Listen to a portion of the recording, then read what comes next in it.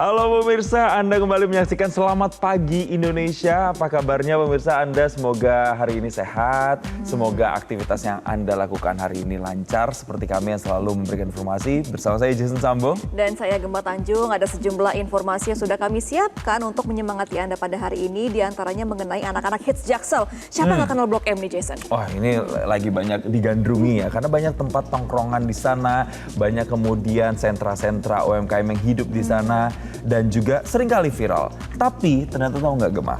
Ternyata distrik Blok M Plaza 2 ternyata sekarang atau kini sepi ditinggal oleh pedagang. Coba kita lihat bagaimana situasinya. Ini dia pemirsa.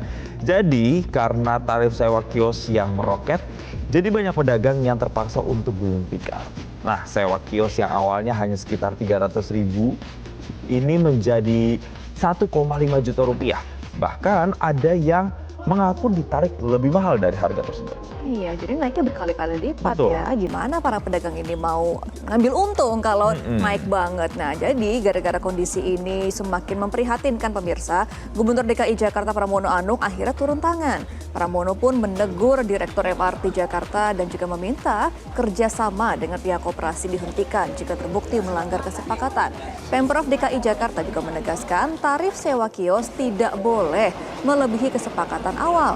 Sementara itu, para pedagang yang sudah pamit dari Blok M diberikan opsi kembali untuk pindah ke fasilitas baru yang dikelola oleh MRT dengan gratis selama 2 bulan bayar sewa. Namun, Dirut MRT bilang kenaikan tagihan tersebut baru terjadi dalam 1 bulan terakhir. Dari 1 bulan terakhir ini diklaimnya seperti itu ya. Tapi ini yang jelas membuat pergerakan ekonomi di kawasan Blok M ini, terutama di kawasan ini ya, ini juga jadi terhambat ya, karena biasanya di sini dijadikan tempat nongkrong, tempat kumpul begitu ya oleh anak-anak muda di sekitaran Jakarta Selatan, jadi terhenti sejenak. Iya, apalagi Blok M ini dikenal gebrakannya selalu ada yang hits-hits gitu. Sayang sekali kalau jadi sepi. Nah, ini juga berita yang hits banget kemarin karena akhirnya pemirsa setelah unjuk rasa berhari-hari ini ya Jason, akhirnya DPR membukakan pintu rumahnya bagi rakyatnya. Tepatnya kemarin DPR beraudiensi dengan beberapa perwakilan dari mahasiswa. Nah, ini kita lihat suasananya kemarin pemirsa. Jadi para perwakilan pimpinan DPR menemui mahasiswa. Salah satu aspirasi yang diusulkan atau disuarakan oleh mahasiswa adalah pembentukan tim investigasi terkait dengan dugaan makar yang dilakukan oleh para provokator. Usulan ini pun direspon Wakil Ketua DPR RI Sufmi Dasko Ahmad. Sufmi Dasko Ahmad ini bilang bahwa aspirasi mahasiswa ini nantinya akan disampaikan ke pemerintah nantinya. Dan di kesepakatan yang sama juga, Dasko juga turut menyampaikan DPR RI memiliki komitmen sejalan dengan aspirasi rakyat mengenai RUU perampasan aset. Dasko juga mengatakan sebelum RUU perampasan aset bisa dibahas, ada RUU KUHP yang juga masih dalam tahap pembahasan di Komisi 3. Karena rancangan undang-undang ini juga bersinggungan dengan rancangan undang-undang perampasan aset. Iya, itulah beberapa yang kemudian disuarakan oleh mahasiswa, termasuk juga yang paling momen ditunggu adalah permintaan maaf yang juga kemarin disampaikan oleh perwakilan DPR. Kita akan sama-sama mendengarkan kembali apa yang disampaikan oleh Wakil Ketua DPR RI Sufmi Dasko Ahmad berikut ini.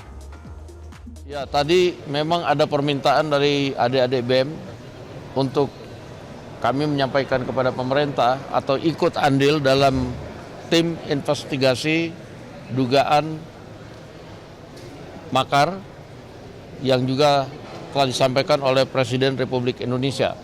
Nah, untuk itu kami akan menyampaikan kepada pemerintah aspirasi dari adik-adik Badan Eksekutif Mahasiswa ini untuk dapat ditindaklanjuti. Demikian.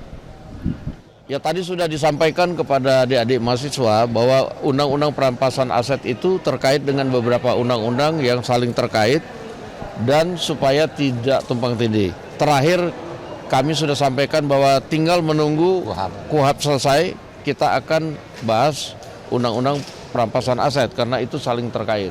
Nah, ini undang-undang perampasan undang-undang KUHP-nya masih terus menerima partisipasi publik, tapi kami sudah sampaikan kepada pimpinan Komisi 3 bahwa sudah ada batas limit yang mesti kita selesaikan karena partisipasi publiknya sudah banyak dan sudah cukup lama. Mudah-mudahan sebelum akhir masa sidang ini yang untuk KUHP sudah dapat diselesaikan sehingga kita bisa langsung masuk ke pembahasan rancangan undang-undang perampasan aset. Demikian. Yang mana banyak ya jawaban-jawaban yang sudah diberikan, termasuk juga pencabutan dari ini 50 juta rupiah tunjangan. Ya, itu juga kemarin sudah ditegaskan tidak akan diberikan, moratorium kunjungan kerja ke luar negeri. Jadi semoga itu bisa memberikan kelegaan untuk masyarakat. Tapi apakah keputusan yang berikut ini juga memberikan kelegaan kepada masyarakat? Karena Polri akhirnya resmi melakukan pemberhentian tidak dengan hormat atau PTDH dari Kepolisian Republik Indonesia terhadap Komandan Batalion Resimen 4 Korbrimob Polri Kompol Kosmas Kagai yang kemarin ini diduga melakukan pelanggaran berat nih Gemma terkait dengan penabrakan atau pelindasan driver ojol pada saat aksi demonstrasi beberapa waktu lalu. Jadi pemirsa, keputusan ini diambil setelah sidang Komisi Kode Etik Profesi Polri buntut insiden meninggalnya driver ojek online Afan Kurniawan.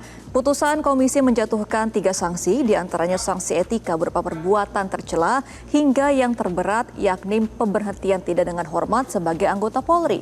Usai putusan, Kompol Kosmas meminta maaf kepada keluarga Afan atas peristiwa yang telah terjadi. Dirinya mengatakan tidak ada niat untuk membuat orang celaka. Nah, kita akan melihat bagaimana pernyataan permintaan maaf dari Kosmas berikut ini. Dan kesempatan ini pula saya juga mohon maaf kepada pimpinan Polri ataupun rekan-rekan Polri yang sedang bertugas menjaga keamanan ketitiban umum.